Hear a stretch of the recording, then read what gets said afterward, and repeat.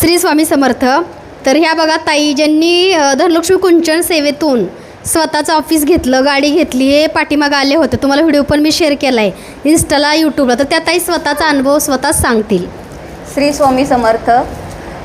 जसं आपण जर बघायला गेलं तर म्हणजे एक मनात भावना ठेवून मी धनलक्ष्मी कुंचन घेऊन गेली होती.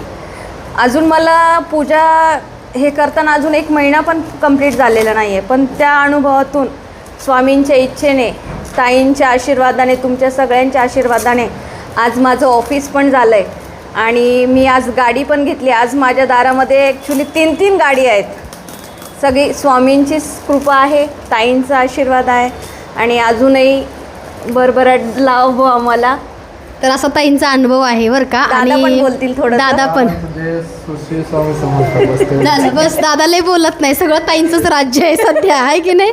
आणि आता भांडत होते आमच्या स्टाफशी, ताईंनाच भेटायचं मला सेवा घ्यायला आणि मला शिरवळा जायचं. त्या ताई याच बघा, याच काय झालं म्हणजे माझ्या मिस्टरांचा ॲक्च्युली विश्वास नव्हता या गोष्टींमध्ये. ते मला अक्कलकोटला घेऊन गेले होते स्वामींकडे. तुला मी कुंचन नाही घेत, मी तुला अक्कलकोटला नेतो. तिथून मी स्वामींची मूर्ती पण घेऊन आलेली, पण तरी पण माझा हट्ट होता की मला कुंचनच पाहिजे म्हणून.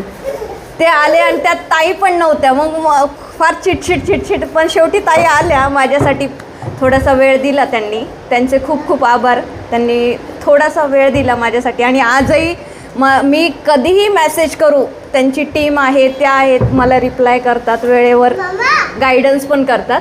धन्यवाद, तुमचे मनापासून आभार.